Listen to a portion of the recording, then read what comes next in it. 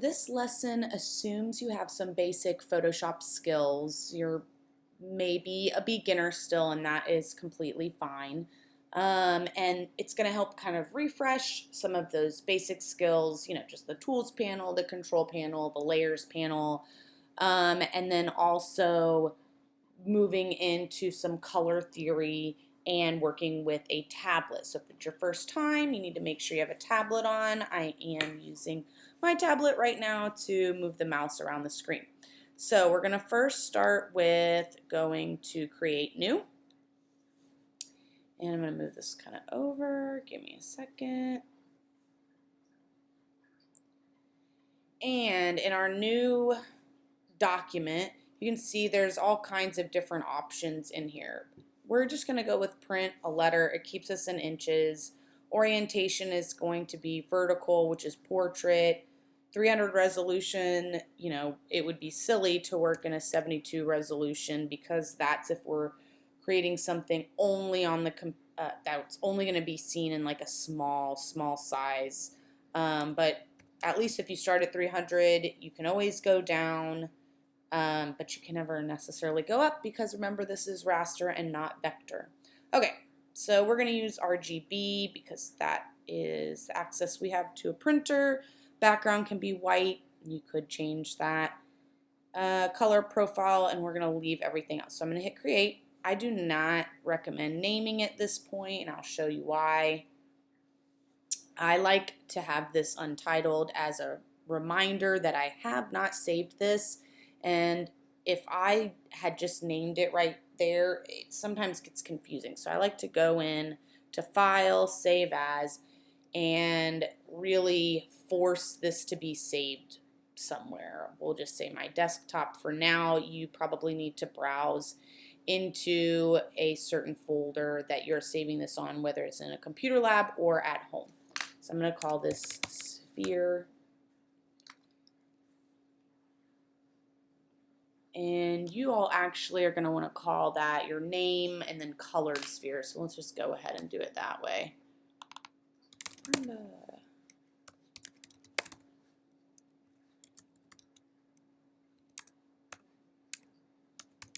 Because we're working with some color theory. So that was kind of an indicator for that, and I'll hit save. Make sure you know what you're saving this as and where you're saving it. That's super important. Okay, so we've made a new file. We're going to use remember there's a tool panel, the control panel, and our layers panel or window. If there's ever a window, I know you can't see this, but this is my window tab up at the top. If there's ever a window that's not open that you want open, like say layers was not checked here and it wouldn't be open, you could always go in here and click on that. It would open up that window. Same for these. These are all just windows. They've just been kind of rearranged differently. And again, I'm also working with a tablet, so you don't want to be doing this with a mouse. After you've used a tablet, it'll seem a little weird at first, but after you've used it a few times, you'll actually find that switching back to a mouse, especially when you're doing things like this where you're going to be painting and moving the mouse around a lot, you're going to feel like a mouse is a brick and that you're trying to draw a nice illustration with a brick, as opposed to drawing a nice illustration with a pen. So that's really important. Make sure you're using your tablet. Okay, next thing, I'm going to go to the Elliptical Marquee tool and I'm going to create a perfect circle. I'm going to do that by holding Shift. Remember, I can create weird ovals, but if I hold Shift, it pops it to an exact circle. And I want to make this about a fourth the size of the page. You just don't want it to be too small. Okay, while the circle is still showing on the screen, you see these little dancing ants. They get called a lot. Means you have a selection on. I'm going to go and show you how to save a selection. It's not super relevant in this lesson, but I think it's so relevant in terms of being a digital painter. So get used to doing it now, and it's really cool and it can help you in more complex illustrations. So go up to Select, the tab Select up at the top, even if you can't see mine, and we're going to hit Save Selection. Obviously I want to title this document and we're going to name it, and I'm just going to name it Sphere and hit OK. I can hit return also. Okay, so what that's going to do is in this channel, now I've got a sphere. So,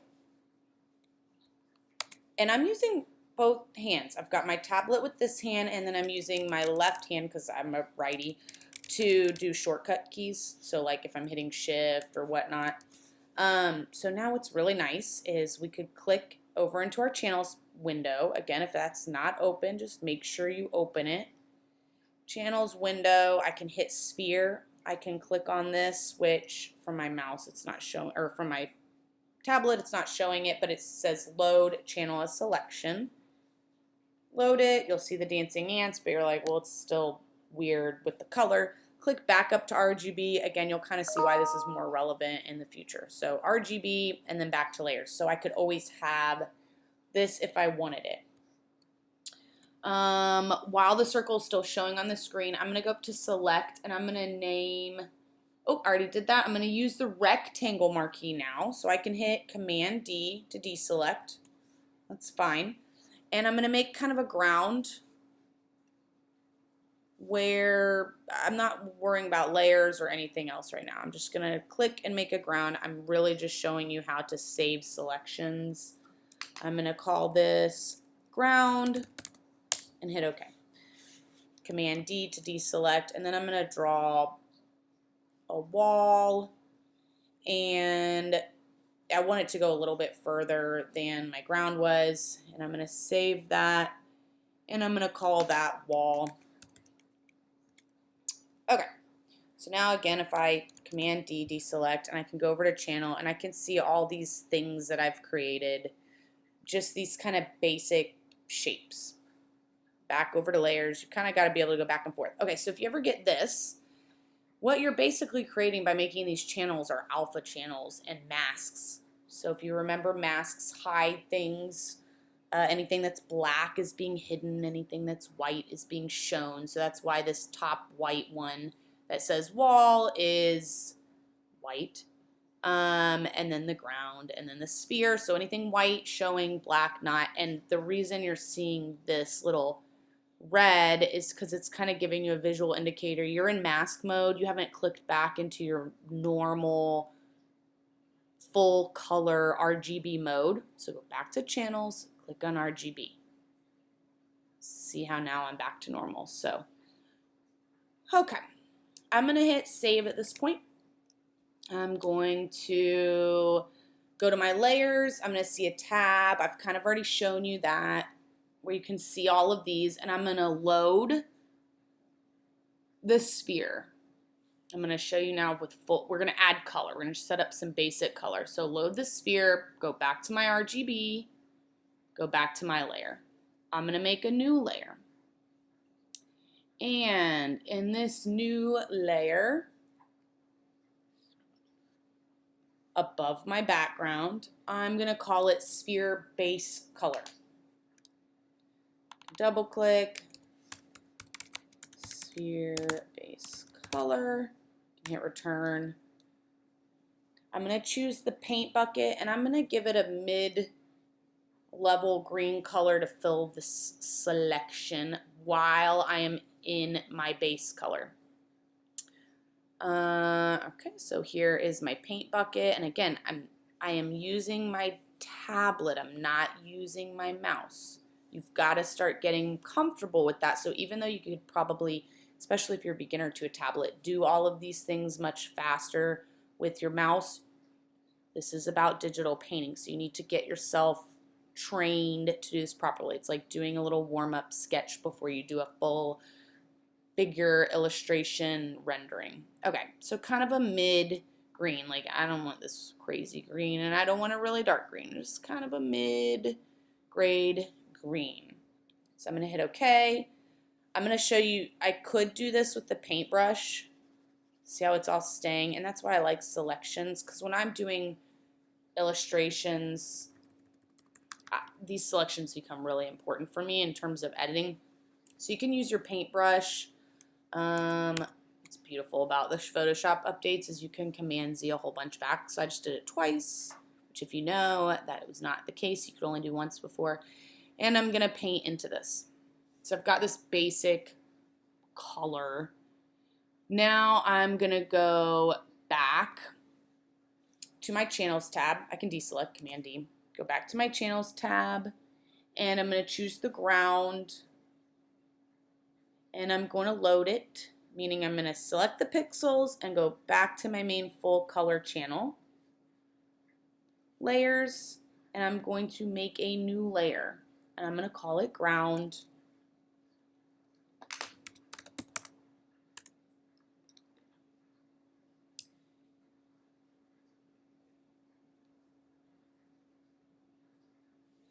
And we're going to paint inside this a shade of orange. So I'm going to click into my color picker. I'm going to scroll down to orange. These are all really muted. I'm going to get more of this orange. And then I'm going to dump my paint in.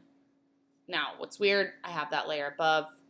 Obviously, it needs to be moved below. And I can Command D to deselect. Do the same thing again, back to channels, grab my wall, load those pixels, click back into my full color channel and back over into my layers, make a new layer and call it wall. Again, do we need to do this? No, not necessarily, but it's helping us get our muscle memory with this tablet going. Okay, so orange, and I'm gonna make a slightly lighter shade of orange. Great, deselect. All right, so I'm going to now hit save, Command S, and hit OK. Just keep saving. Now we're gonna add shade. This is where it starts to get really fun.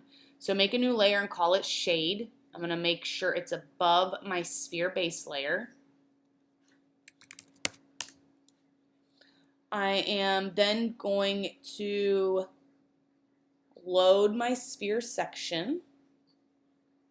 Loading those pixels, going back to my full color channel, going back to layer and double checking them on shade. Now I'm going to get my paintbrush and I'm going to choose a black, double check that it's our blackest black, and that looks good. And then I'm going to make sure that my shade layer gets turned to multiply. What that's going to do is it's going to multiply the colors it's under, or that it's on top of. So any color below it, it's going to multiply that with blacks at a certain level, depending on how you set it up. So what that does is it actually shows some of that color through the black. Instead of being a foggy black, or instead of just being a straight black or straight gray, I want to show some of these green colors in my shading. So with paintbrush, and remember, brackets right, make it larger, brackets left, make it smaller. Again, I'm using both hands, so I've got my paintbrush moving here with my right hand, and then my left hand is doing shortcut keys to make my life easier. So I'm going to use the tablet and the pen. I'm going to also, in the control panel, I'm going to turn down the opacity, right? Because right now is black. That's crazy. Command Z it back. I'm going to opacity back.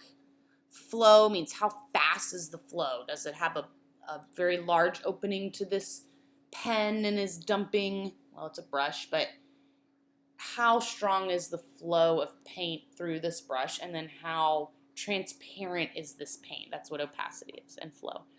So now you could come in and see we could start to paint. And I want you to start getting comfortable like that. I'm going to Command Z. I'm going to also turn down the hard. And there, now I'm starting to get a really nice, now notice if I barely touch my board, I get my tablet, I get this really thin line.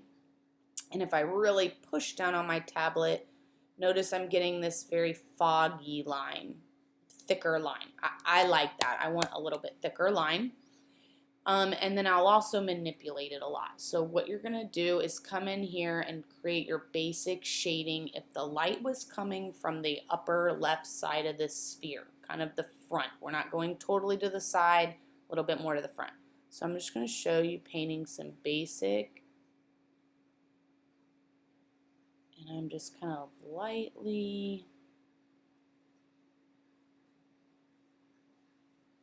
and if you decide you want some more, you could always come in here and paint a little bit more in there. You can also make this much thinner, but then that gets weird, right? So I work a lot, especially in a sphere like this, with a big fat brush. So that's what works for me. And if at any point I'm like, oh, I really want the opacity a lot more, this just isn't flowing right, just pop back up, do your thing, whatever. If you decide that, you know, you've gotten a little bit too much and you want it to be just a little bit lighter, one thing you could do is the eraser tool. Make sure it's got 0 hardness, and depending on how large, and see, this kind of gets weird for me because I don't like how sharp that's making that. So I'm going to push nice and hard. There. Okay. So you got to kind of play. Notice how I played a little bit. And we've added basic shading, and we're going to hit save. Okay, now we're going to add a highlight. So I'm going to make a new layer. I'm going to call it highlight. I'm going to leave this layer normal for now. Sometimes I find that I want it to move over to screen depending on the colors that I'm using. So I'm going to go in and I'm going to grab a color that's kind of white and kind of yellowy. If you had a, depending on the color of your light, we're going to kind of pretend this is natural-ish light. All right, a hint of yellow. And again, I can either lightly push and get these really sharp lines. I could really push and get a much fatter one. It's up to you. I'm going to turn down my opacity. That's way too bright for me. And I'm going to push kind of hard. I'm okay with that, but I'm going to do a little bit more. And I'm adjusting how much I'm either pushing or not pushing down on my tablet. Okay, so we can see that the light's coming in here. This is decent. Again, at any point, you could come over here. You could use your blur tools if you're like, ooh, that got a little funny, whatever. You could use your eraser tools if it became too much.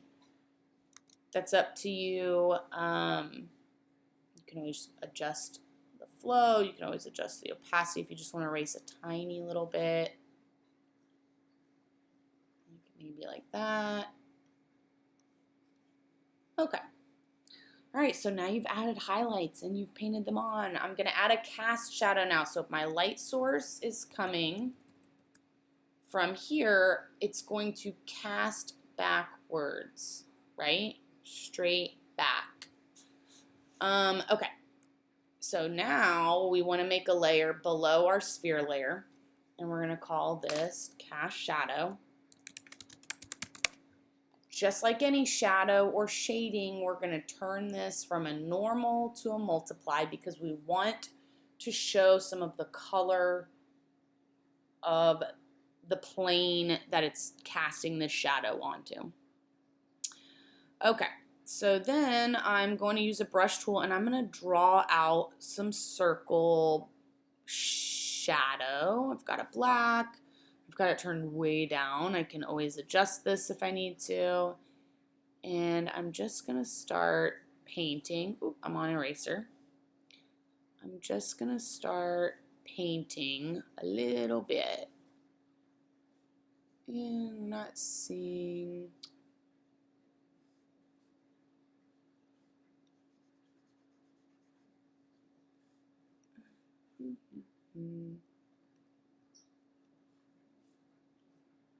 Oh, you'll probably do this at some point. So the reason nothing was showing, my dancing ants are still selected, so it's only showing anything that's within this circle. I'm like, I can see it showing over here. It's because it's only the black that's underneath this circle where I was trying to paint. Okay, so I'm gonna undo, undo, undo, undo, until I don't have any more on there. I'm gonna deselect. Make sure you deselect. And then I can come in and now notice how I can paint. Now this is kind of where I want this shadow to be. And I'm making it really dark at first because I'm going to go and I'm going to edit it a whole bunch. I'm going to show you a different way of editing as well. So if I've got this really dark shadow, right, and it's casting light back onto the ground and then up onto the wall. And I may have it a little too high on the wall. Another way, instead of erasing, that sometimes I find is really good is using a mask. So I click the mask within my layers panel to add a mask to this cast shadow layer. I'm going to make my brush really kind of big because I want it to be sharpest, closest to the object, and then furthest away, which is this part out here, I want to start painting some of that off. But you got to be really careful because kind of up in this corner, it's getting closer to the object. And that's way too much. I'm going to turn down my opacity. Again, I understand you could probably do this easier with your mouse at this point because it's such a basic shape. But I need you to start working on a tablet with this basic shape first for you to then become comfortable working on more complex shapes in the future. Okay, so now, that's not actually where I wanted it. I wanted it a little bit more over here. Now I'm going to kind of start erasing. I'm leaving that layer at full opacity right now. Then I'm going to come in. I'm going to make a much harder brush and smaller. And I'm going to sharpen the areas closest to the object. So a little bit up here. And a little bit below, and I'm just painting. That one got a little funny.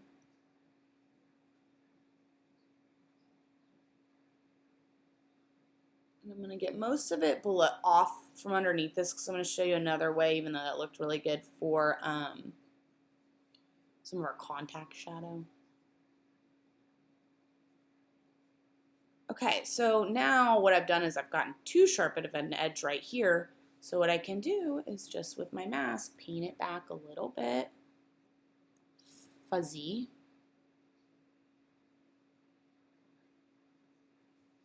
I could always come back in,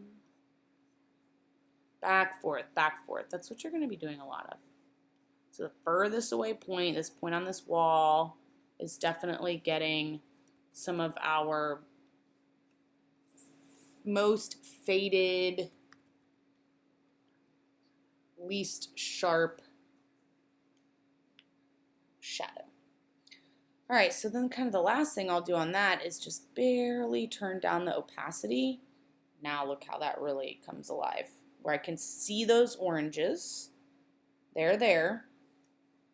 But I can also see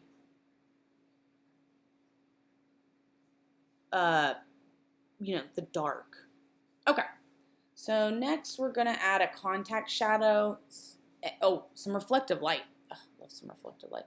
Okay, so above, it could be just anywhere above your shade because you don't want the shade to take over. You're adding some reflective light. So if this was casting light onto this sphere, it would also be, as you can see, it's casting light onto this orange.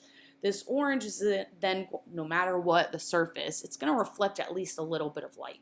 Depending on how much you show of this, and also in terms of highlights, that's how you're representing the actual texture and surface of the sphere. So we're kind of going with this kind of rubber look. It's a little diffused. It's not high gloss like a mirror or a glass might be. So we're going to give a little bit of orange reflective light onto the screen sphere. New, I'm going to call it reflective light. And I'm going to take, now I need to go back and load my sphere. Sphere, load it, go back to my full color channel, go back to my layer and double check I'm on reflective. Perfect. I've got my paintbrush. I'm using Option on a Mac and I'm hitting this orange. I'm going to then select a very light version of it so that it's still the orange color but much lighter to show reflective light. And just a little bit in here just a little around the edge, especially this edge where there's a shadow. I'm going to paint a little bit of reflective orangey light from this that in theory is showing the surface of what the sphere's sitting on, reflecting back onto it. Okay, I can Command D, deselect, and there it is. Every once in a while, I double check screen versus normal for some of my light sources. And the normal's fine. I'm going to leave it. You can also turn down your opacity a little bit if you're like, ooh, that got a little too crazy. Notice how this sphere is really coming together. Okay, last thing, we're going to add a contact shadow. So above the cast shadow, we're going to make a layer and call it contact shadow. And what this does is really helps it pop. It was kind of there in my cast shadow to begin with, but it's where your object is making contact. It would have its deepest, darkest moment of dark because both surfaces in theory are being obstructed from light. So again, I'm going to turn this to multiply, and I'm going to use my paint, black. I'm going to zoom in with Command plus, and I am going to paint a relatively sharp, the closer it is to the object, the sharper the shadow. So I'm going to paint a relatively sharp moment under here. And I'm just kind of repainting, re-giving it its moment of dark. But notice how very little I'm doing.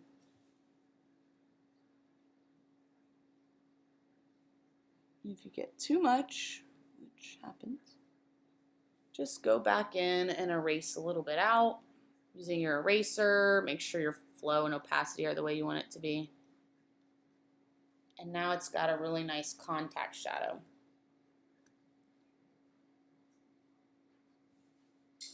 Awesome.